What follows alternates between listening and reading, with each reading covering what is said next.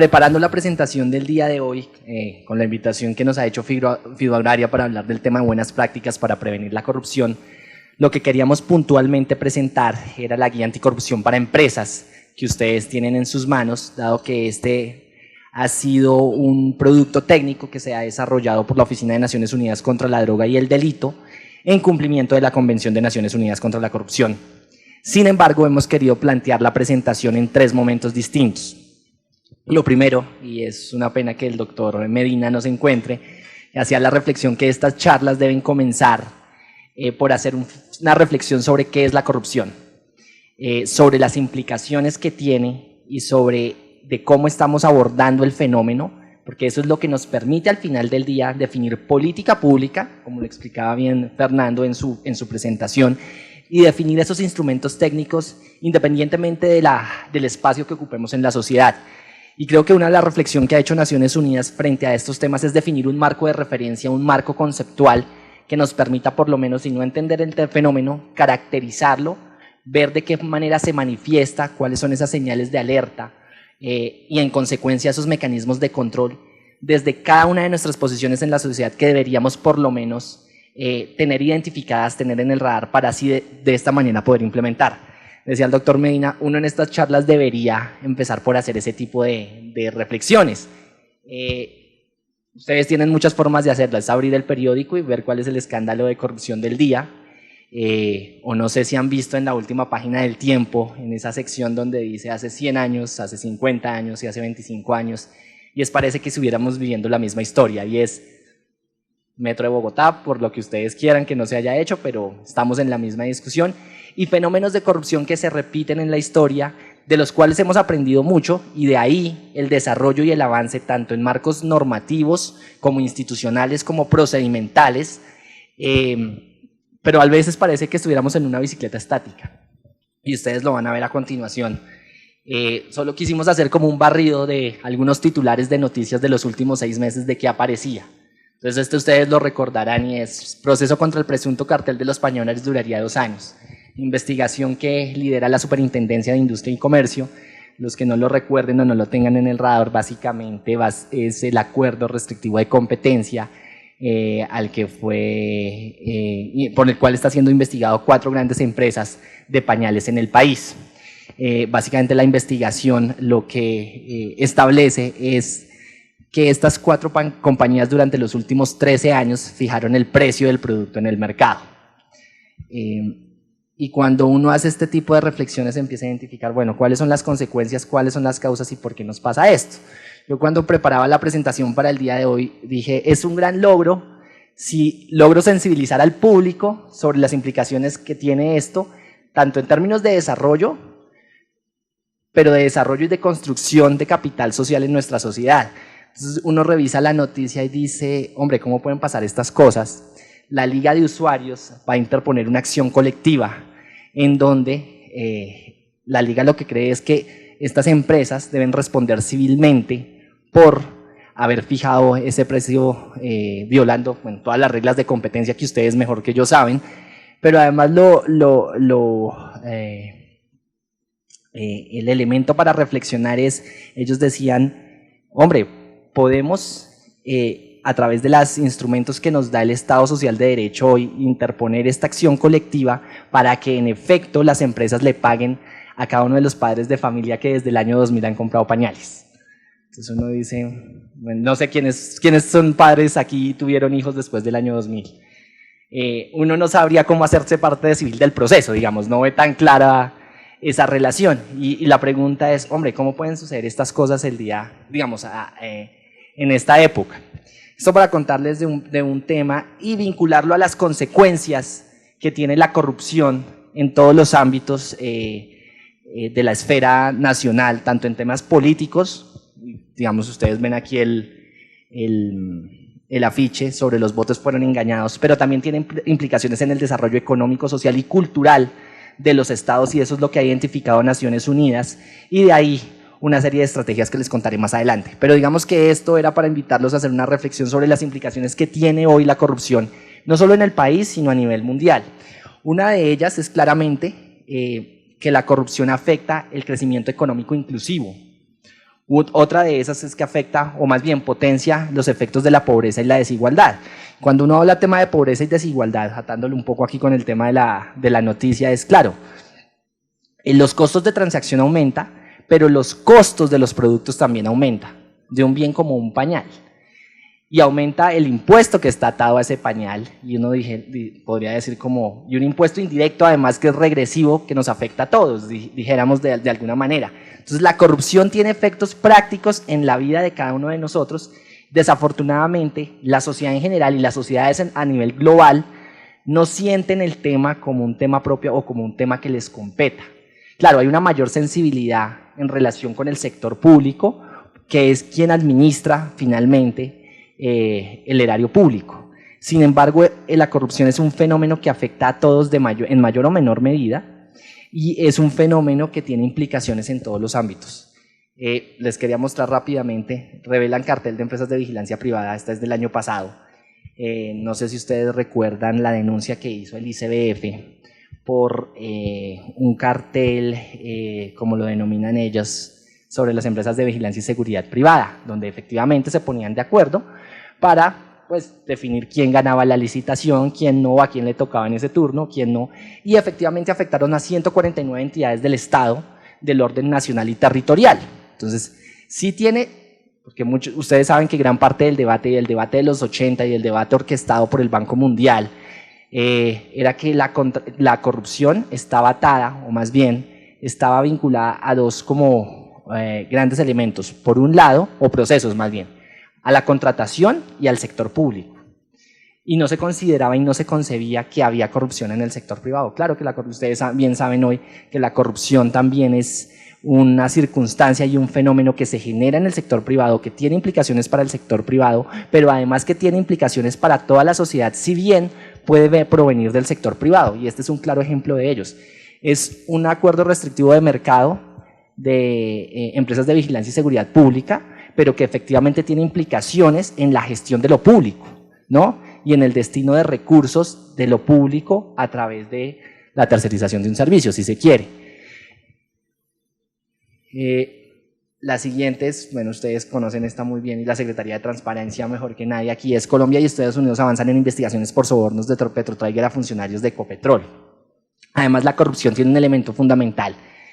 que lo quisiera resaltar, y es transnacional. No es un fenómeno única y exclusivamente que sucede en Colombia, y esto lo ato un poco a lo que presentaba el doctor Medina en su intervención, y es sobre el debate en relación a las causas de la corrupción. Ese debate es muy difícil porque muchas veces las causas se convierten en consecuencias y las consecuencias en causas. Es un debate que en Naciones Unidas hemos dado y hemos llegado a una de esas conclusiones, es que hay una teoría, dijéramos, que nos puede ayudar a explicar el fenómeno, y es el de elementos facilitadores, los que manejan aquí política pública, cuando hacen política pública, documentos COMPES y utilizan este tipo de metodologías de árbol de problemas, saben que hay unas causas, unas consecuencias y se definen unas estrategias en función del corto, mediano y largo plazo. El fenómeno de la corrupción es un poco más complejo que eso, porque es que las causas a la vez se vuelven consecuencias, y entonces ustedes van al debate y dicen, bueno, pues un ejemplo de eso, el tema de la pobreza.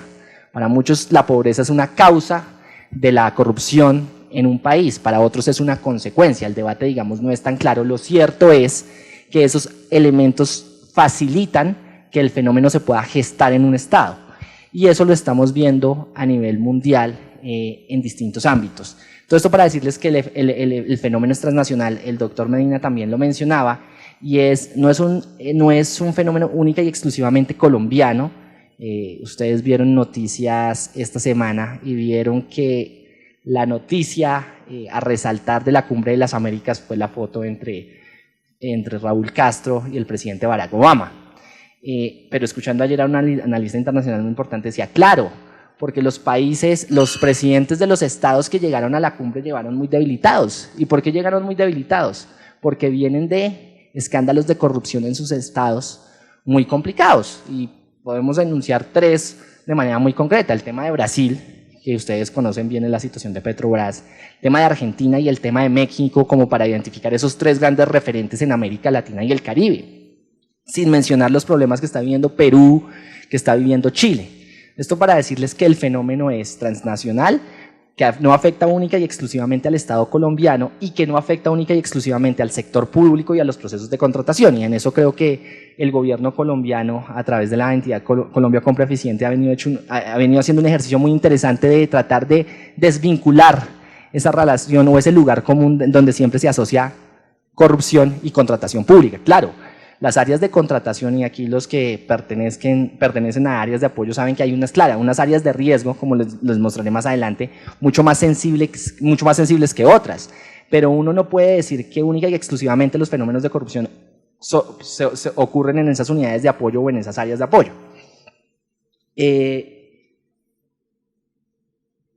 Lo que les comentaba de la presidenta Dilma Rousseff en Brasil. Bueno, que ustedes lo deben conocer muy bien, la caída del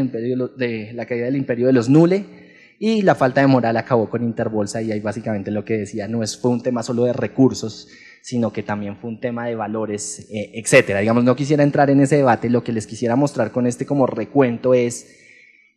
porque todos hablamos de estos temas, y cuando tomamos café hablamos de los temas y hacemos reflexiones, y somos muy críticos, digamos, con la actuación de lo público o con la actuación del Estado en general. Pero también creemos de Naciones Unidas, y ese es uno de los fundamentos que inspira la Convención de Naciones Unidas contra la Corrupción, es el principio de corresponsabilidad. Y el principio de corresponsabilidad entendido como que el sector público, el sector privado y la sociedad civil tienen una obligación en relación contra el combate y la lucha contra la corrupción. El sector público, por las razones que ya han esbozado mis compañeros que antecedieron la palabra. El sector privado, porque la corrupción ya no se entiende como un fenómeno de lo público, sino también que lo afecta, y que además el sector privado puede ser promotor de esa corrupción que tiene intereses en términos de la sociedad en general. Y en términos de la sociedad civil, porque son los llamados a hacer ejercicios de control social y fiscalización, tanto de lo público como lo privado. Ustedes saben que las empresas también tienen grupos de interés, los denominados stakeholders. Ellos no solo, los empresarios no se ven solo en función, claro, de una razón económica, sino también una función de una razón social, principalmente hacia sus grupos de interés. Entonces, digamos que la Convención de Naciones Unidas, como les mostraré más adelante, si no me voy adelantando un poco al tema, se funda en un principio que es de corresponsabilidad. Alguien decía muy bien, claro, la corrupción no es un tema de preocupación nacional, pero hasta que no nos toca el bolsillo, como que no tenemos conciencia sobre el particular. Y muchas veces, como no nos toca el bolsillo, pues es un fenómeno con el cual podemos convivir sin mayor preocupación. Sin embargo, lo que hemos identificado también es que la corrupción es el mayor obstáculo para el desarrollo económico, social y político, y en la coyuntura a la que se enfrenta el Estado colombiano en un eventual proceso de paz y en un eventual posconflicto, seguramente va a ser uno de los mayores obstáculos, no solo para la implementación de los acuerdos, digamos, que es un factor fundamental para darle sostenibilidad al proceso, pero también va a ser un factor de largo plazo que va a imposibilitar materializar una cosa que el gobierno ha llamado de manera clara, y es el goce efectivo de derechos para garantizar la sostenibilidad del proceso y llevarlo a buen término. Entonces, digamos que, para resumir sobre este apartado, la corrupción tiene causas y consecuencias. Dentro de las más destacables es el crecimiento económico inclusivo, pobreza y desigualdad, va en detrimento de la gobernanza, y esto es un tema clave porque tiene que ver con la confianza en las instituciones públicas y privadas, mixtas en el caso de ustedes, y es, claro, la corrupción tiene varias implicaciones, pero a mi juicio la mayor es que va en detrimento de la confianza de la ciudadanía hacia el sector público. Claro, hacia el sector privado también, pero en mayoría al sector público, quien debe velar por el interés general. Y el doctor Medina lo decía haciendo referencia a las encuestas de Transparencia Internacional, que son encuestas de percepción. Pues nosotros ahí tenemos una diferencia, y es, claro, la percepción le puede dar a ustedes como un proxy que le puede decir, esto no va bien, esto va mejor, esto no va tan bien. Sin embargo, es una aproximación, y esto, lástima que los compañeros de gobierno se hayan ido, en el sentido de decir, claro, aumenta la percepción, pero es también seguramente porque están aumentando los escándalos de corrupción, pero están aumentando las investigaciones y las sanciones. Y también tiene que ver con la progresión en términos de medios de comunicación y de redes sociales que permiten un mayor control social, y pues que afortunadamente tenemos una libertad de prensa, y ustedes saben que muchos de los escándalos de corrupción, como el tema de los Nule, fue por medios de comunicación, muchos de ellos que pudimos llegar a identificarlos. Entonces, digamos que, si bien los temas de percepción nos pueden dar una idea o dar una luz de cómo está el fenómeno y poder rankear a los estados, no son los indicadores más confiables para decir si efectivamente el Estado, en cabeza del gobierno, en cabeza del sector privado y de la sociedad civil, están luchando contra la corrupción y lo están haciendo bien o no lo están haciendo tan bien. Volviendo al tema de la gobernanza, hay dos elementos fundamentales que la corrupción afecta de manera clara: el tema de confianza, el Estado social de derecho, y ustedes bien lo saben con los escándalos de los últimos 15 días, y hay una pérdida de credibilidad sobre la rama judicial y sobre las entidades llamadas a impartir justicia, y esa es una gran debilidad en términos de darle sostenibilidad a cualquier proceso. Y un tercer elemento es que las políticas públicas se distorsionan o los resultados que prevén, que este es un tema que creo que les compete a ustedes como sector, se van a ver afectadas. Una cosa es diseñar una política pública en el papel, asignarle recursos, pero si a la hora de la implementación tenemos dificultades o por seguramente temas operativos o por fenómenos de corrupción, los resultados esperados de esa política pública se van a ver pues cuestionados de alguna manera por los factores internos o externos a los que se puedan haber abocados. Entonces ahí hay un tema claro de gobernanza. Y dos temas adicionales: el tema de los derechos humanos. Muchas veces no se hace la reflexión vinculada de qué tiene que ver la corrupción con el goce efectivo de derechos. Y es una reflexión que a Naciones Unidas le llama la atención justamente por la coyuntura que vive el país. Lo que nosotros hemos identificado claramente, y ustedes lo ven en las noticias cuando hay noticias sobre corrupción en sectores tan sensibles para una sociedad como son los de salud y educación, cuando se roban los recursos en sectores tan sensibles, uno dice, usted puede tener una explicación de por qué la sociedad no confía efectivamente en sus instituciones. Lo que hemos visto es que efectivamente la corrupción tiene implicaciones en el goce de efectivo de derechos, por un lado, porque claramente los recursos destinados para el cumplimiento y materialización de esos derechos, pues ya saben, se van por la borda, o por el otro, porque además, y ustedes saben que las estructuras criminales han permeado desafortunadamente muchas entidades del Estado, sobre todo a nivel territorial. Y ustedes recordarán, hacia los 90, comienzos del 2000, hasta el 2004-2005, cuando inicia la Ley de Justicia y Paz y el proceso de, como lo llaman algunos, de sometimiento a la justicia de los mal llamados grupos paramilitares, que tenían el control de muchas alcaldías al norte del país, y eso quiere decir que manejaban los recursos públicos del Sistema General de Participaciones. De alguna manera hay un control y una cooptación por parte del Estado, y ustedes saben que estos mismos grupos eran los que violaban violaciones graves a los derechos humanos y al derecho internacional humanitario, además estructuras que estaban fortalecidas vía estos recursos, violando derechos tan fundamentales como la vida, la libertad y la integridad. Entonces la corrupción como fenómeno tiene una afectación en el conjunto de la sociedad, no solo por la pérdida de recursos a través de la contratación pública, tiene varias maneras de manifestarse, y la realidad colombiana nos ha mostrado que eso definitivamente y desafortunadamente es así. Y podemos seguir hablando de varios temas que uno parece no estuvieran muy conexos con las implicaciones y las consecuencias que tiene la corrupción, como son los temas medioambientales, de género, etc. Sin embargo, quisiera mostrarles, para empezar después de hacer como esa reflexión de las implicaciones y de lo que es la corrupción hoy, lo que hace Naciones Unidas en función de la Convención de Naciones Unidas, de la cual Colombia es Estado signatario desde el año 2005. Básicamente este es el prefacio de la Convención, y lo que nos dice es que, lo que les mencionaba hace un momento, tiene consecuencias corrosivas para la sociedad en términos de la democracia, del Estado social de derecho, de violaciones de derechos humanos, distorsiona los mercados, menoscaba la calidad de vida y permite el florecimiento de la delincuencia organizada, el terrorismo y otras amenazas a la seguridad humana.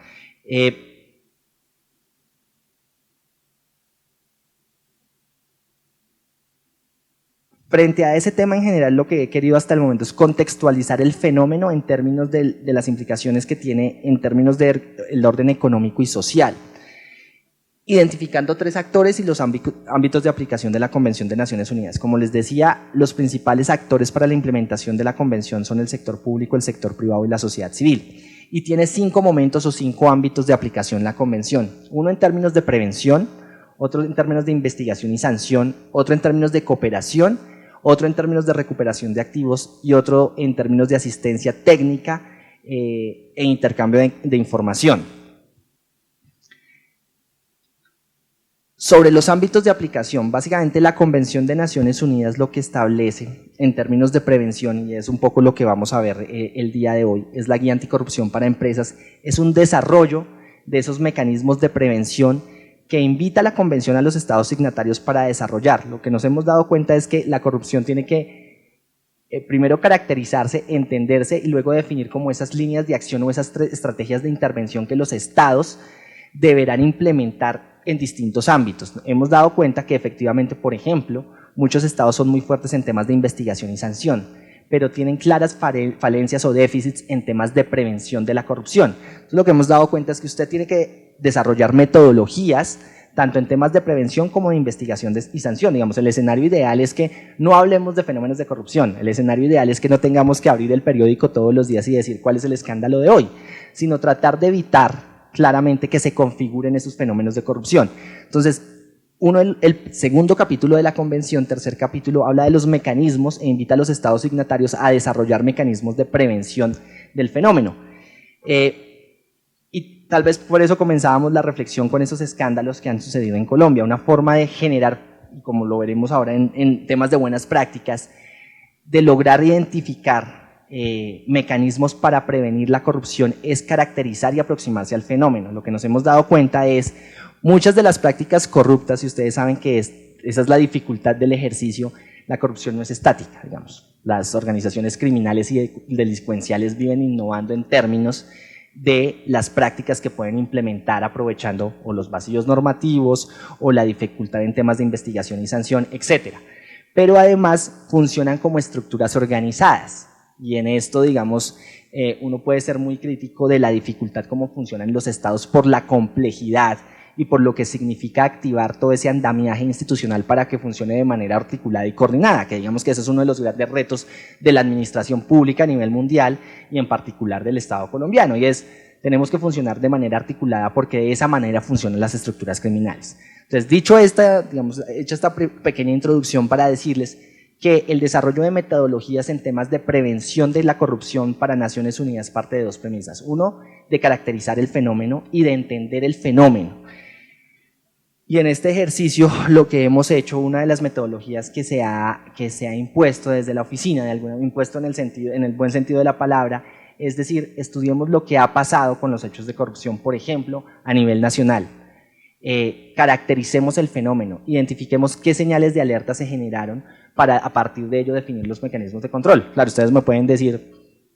definitivamente si ya está sancionada la cosa y ya conocemos el modus operandi hoy de cómo funcionó, seguramente el criminal pues va a cambiar de modus operandi y va a utilizar nuevas formas de hacerle el esguince a la norma o como bien sea que vaya a violarla. Sin embargo, lo que nos hemos dado cuenta es que esto parece un círculo, un ciclo vicioso donde recurrentemente volvemos a las mismas prácticas, si bien los desarrollos normativos e institucionales han mejorado y han tratado de prever esos escenarios. Entonces, lo primero en lo que se enfoca la convención es en temas de prevención. Lo segundo, en medidas de penalización y cumplimiento de la ley, y es decirle a los estados, oiga, también hay que fortalecer los temas de investigación y sanción, hay que tipificar conductas que seguramente en su derecho penal o en su derecho administrativo o en su derecho civil no han sido tipificadas y que se consideran delitos vinculados al fenómeno de la corrupción. Y en esto tendríamos muchos ejemplos, uno que le compete hoy al Estado colombiano y que de cara, como lo planteaba nuestro compañero de la Función Pública, del ingreso de Colombia a la Organización para la Cooperación y el Desarrollo Económico, OCDE, es la responsabilidad jurídica la responsabilidad penal para personas jurídicas. Y eso está hoy reglamentado por la Convención de Naciones Unidas contra la Corrupción en el artículo 26. No se había implementado y hoy el Estado colombiano, de cara al ingreso a la OCDE, ha radicado un proyecto de ley, justamente en el Ministerio de Justicia, pero con el acompañamiento de la Secretaría de Transparencia, para moverse en ese sentido. Entonces, aquí lo que la Convención le está diciendo al Estado colombiano es, ojo, usted deberá fortalecer su marco normativo en ciertos aspectos. Tercer elemento es el tema de cooperación internacional, que va muy de la mano con el tema de asistencia técnica en intercambio de información. Usted sabe lo que les decía al comienzo y ustedes saben que el fenómeno es transnacional. De ahí la dificultad para investigarlo, para sancionarlo y para un tema vinculado que es el tema de recuperación de activos, que es la reflexión que hacemos todos los días cuando vemos las sanciones que los corruptos son impuestas cuando uno dice, bueno, lo sancionan a 5 o 10 años. Me imagino vieron la noticia de ayer con la sanción que seguramente recibirá Emilio Tapia, donde unos dicen que serán 10 años, otros dicen que 5, con los beneficios para la rebaja de pena, etcétera, por escribir libros, por sembrar árboles, etcétera. Digamos que esa es una realidad jurídica hoy, pero lo que sí nos hemos dado cuenta es que un factor clave, y no es desconocido para nadie, es el tema de recuperación de activos, producto o derivados de conductas vinculadas a la corrupción. Y en eso hoy los estados están trabajando, pero eso tiene grandes dificultades, justamente porque los corruptos lo que hacen es, cuando se configura la conducta, bien ustedes saben que vienen delitos vinculados y posteriores al tema de corrupción, como el tema desde lavado de activos y financiación del terrorismo, donde los bienes que se compran con esos recursos ilícitos, por supuesto, se compran en otros estados. Entonces, esto lo que supone es que debe haber una cooperación y una asistencia técnica en términos de intercambio de información, que es clave y fundamental para que el Estado pueda actuar o los Estados puedan actuar en temas de recuperación de activos. Dicho todo esto, como para introducirlos aquí de manera muy rápida y general, con la Convención de Naciones Unidas contra la Corrupción, y para no aburrirlos porque creo que llevo ya media hora, hemos identificado 2 tipos de buenas prácticas. Unas para el sector público, otras para el sector privado. Sobre del sector público, digamos, si bien como sector ustedes hacen parte, no quisiera detenerme, lo que les quisiera contar muy rápidamente es de manera general qué estamos haciendo con sector público para centrarnos en la guía anticorrupción para empresas que ustedes tienen ahí, y es uno, justamente a partir de la revisión de sentencias judiciales en casos de corrupción, lo que hemos identificado es, o lo que hemos buscado identificar más bien, es el modus operandi del fenómeno, de cómo se está comportando, de cómo se comportan las organizaciones criminales, de cuáles son los atajos o de cuáles son las actividades que emplean justamente para cometer el fenómeno. Eso es lo que nos ha permitido hacer ya en términos de prevención, es identificar señales de alerta y mecanismos de control, que eso lo verán ustedes más adelante en una publicación que hará Naciones Unidas para el efecto. 2, enfocar los esfuerzos de las entidades públicas en los riesgos identificados como prioritarios y aplicar mecanismos de control efectivos en aquellas entidades y sectores con mayor debilidad. Y aquí lo que hemos identificado es que, claro, hay vulnerabilidades y amenazas que muchas veces se prevén, sin embargo, por el número de riesgos que afronta una entidad, dependiendo del tamaño, no se están priorizando correctamente, y aquí lo mencionaban sobre el tema de mapas de corrupción. Aquí la invitación es hacer una evaluación de riesgos integral que permita una identificación, pero sobre todo una priorización del riesgo. Y aquí hay un tema, y esto me lleva a un tema mucho más general que hemos identificado desde Naciones Unidas, y es el marco normativo. Digamos que la presentación de Fernando en temas de la Ley de Transparencia y Acceso a la Información Pública, entendemos que aspira a eso, y es a, uno, visibilizar y presentar los nuevos marcos regulatorios, y 2, que los funcionarios públicos logren apropiar justamente esas normas por su novedad y también por su dificultad, como lo explicaba muy bien, y por su tecnicismo, si se quiere. Pero lo que sí hemos visto es que hay muchos marcos regulatorios, tal vez por el volumen normativo del Estado colombiano, que no se incorpora al día a día de las actividades del sector público. Uno de ellos es el artículo 27 de la Ley 1121 de 2006, que no es una ley como la Ley de Transparencia y Acceso a la Información Pública, que es relativamente nueva. Es donde deberían identificar plenamente a las personas naturales con quien se contrata, básicamente. Y ese tipo de filtros de calidad frente a los contratantes hoy no se hace de la manera que debería hacerse.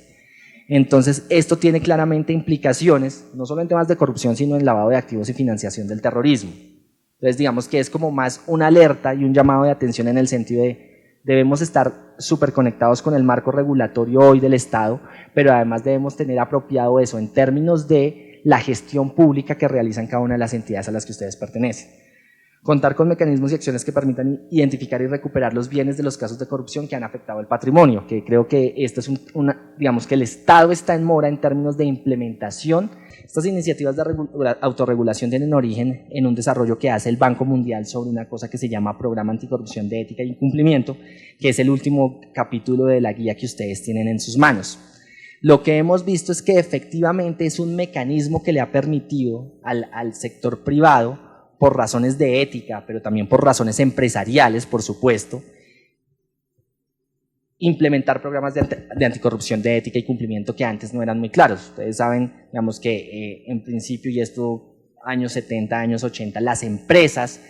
no se preocupaban por hacer ejercicios de rendición de cuentas, por hacer ejercicios de rendición de cuentas frente a sus grupos de interés, porque no veían un valor agregado en relación, ¿no?, con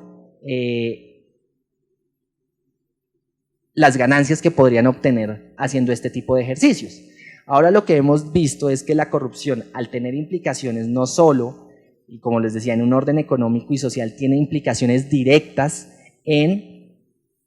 los temas de economías de mercado y de sostenibilidad y de competencia. Lo mencionaba Fernando en el tema del sector público, pero es peor aún en el tema del sector privado. Los costos de transacción producto de solicitudes de soborno aumentan.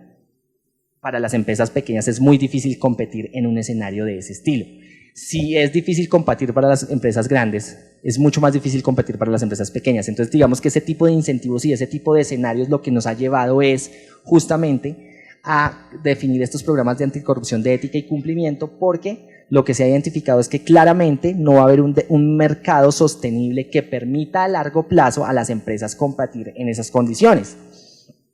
¿Qué hemos hecho en la guía anticorrupción para las empresas? Básicamente la guía, ustedes la tienen ahí, tiene 3 elementos fundamentales. Uno, como les contaba al inicio, busca sensibilizar, y ustedes saben que el Estado muchas veces, por la dificultad de aproximarse a la ley, no tiene claridad sobre la implementación de unos marcos de referencia. Entonces, en la primera parte ustedes van a ver el marco de referencia de lo que es la corrupción, las causas, las consecuencias, los tipos de riesgo, etc. En el segundo, porque la guía anticorrupción para empresas está basada en el Estatuto Anticorrupción que mencionó Fernando, y obviamente se ajusta y se articula todo el marco nacional, pero también a la Convención de Naciones Unidas contra la Corrupción, que es como ese marco de referencia sombrilla para el Estado colombiano. Y 3, y en el tercer capítulo de la guía ustedes verán de manera detallada cómo definir y cómo implementar una guía, un programa anticorrupción de ética y cumplimiento. Y aquí, digamos, haría la invitación. El programa de anticorrupción de ética y cumplimiento es el equivalente a los mapas, es el equivalente a un modelo de gestión del riesgo en el sector público, pero que claramente puede ser aplicado, por ejemplo, por sociedades de economía mixta, o claramente está diseñado para entidades del sector privado, y lo que aspira básicamente es a mejorar la gestión de lo privado con una vocación, digamos, o con una clara implicación de que eso tiene en lo público y en el mercado en general. Yo les quería mostrar básicamente cómo hemos pensado que el programa anticorrupción de ética y cumplimiento se debe diseñar. Tiene 2 momentos, ustedes podrán revisar el detalle ahí. Digamos, quisiera hacer mención de 2 elementos fundamentales. Uno, todo plan de anticorrupción de ética y cumplimiento o todo modelo de gestión tiene que basarse en una metodología. Lo que nosotros hemos dicho es, deberíamos basarnos en una metodología que nos permite identificar riesgo. Digamos, riesgo en términos del impacto que pueda tener un hecho de corrupción en su empresa o en su entidad, pero además en términos de la probabilidad de ocurrencia de ese hecho. Y para las empresas en esto es muy grave porque se enfrenta a riesgos reputacionales en algunos casos, a riesgos legales, a riesgos operativos, a riesgos de contagio. Y eso es un poco lo que pasaba, les daba el ejemplo de la primera noticia con el tema de los pañales, y es, claro, es una mala reputación, es una pérdida de imagen no solo para las 4 empresas de pañales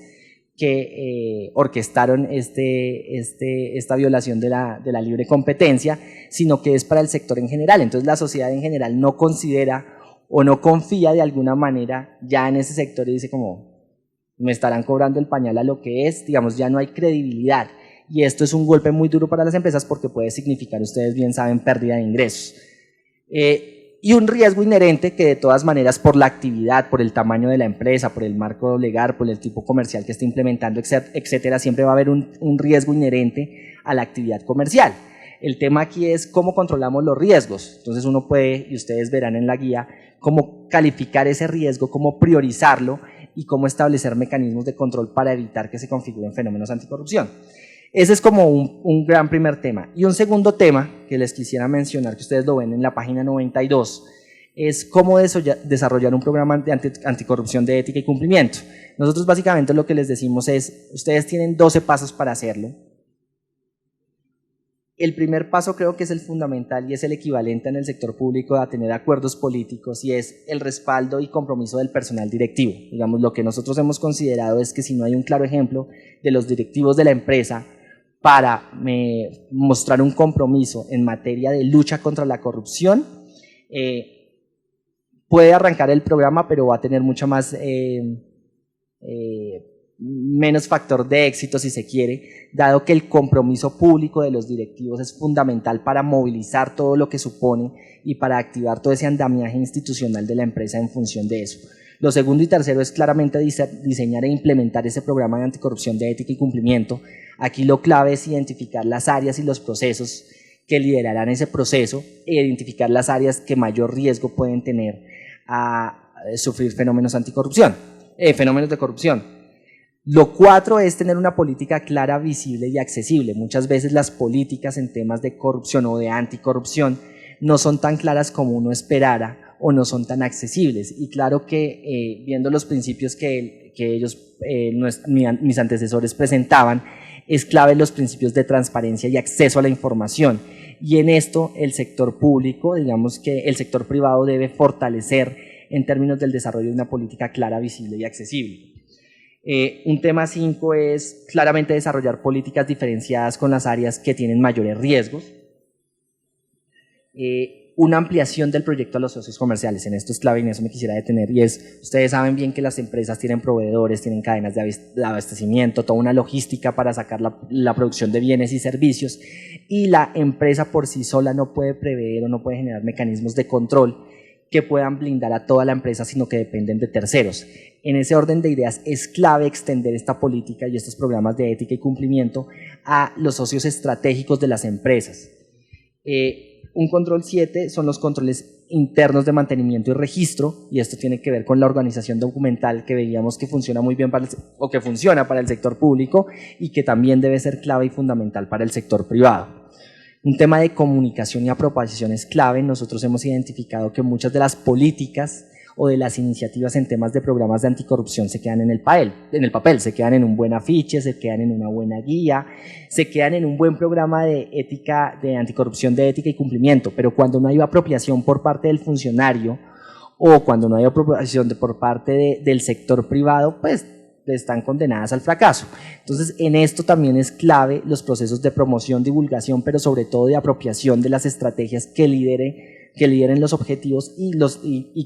volver más bien esas políticas anticorrupción como parte del día a día de las empresas. Y un tema, me voy a saltar al tema 11, digamos que los otros creo que se explican por sí solos, al paso 10, y es la búsqueda de orientación a la hora de formular denuncias. Creo que en eso, creo que eso más bien es un reto importante para las empresas e incluso para el sector público y para la sociedad en general, y es, no tenemos claro cuáles son los mecanismos de denuncia cuando hay un hecho de corrupción, y esto pasó tanto en el sector público y en el sector privado por muchas razones, o porque tenemos miedo de denunciar, o porque el secreto profesional no nos permite denunciar, que es algo que establece la Convención de Naciones Unidas contra la Corrupción,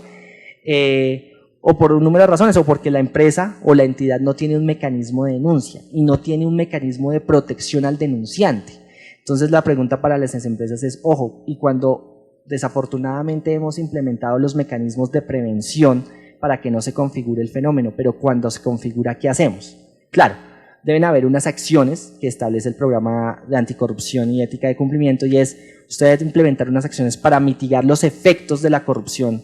en cualquier caso. Un ejemplo de ello, lo veíamos con un caso en otro país, es las policías aduaneras.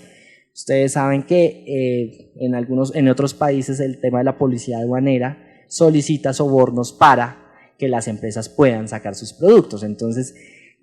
el hecho de corrupción ya no depende del sector privado porque es el público quien va a solicitar el soborno. ¿Qué hacer en esos casos? Entonces, claro, una medida de mitigación es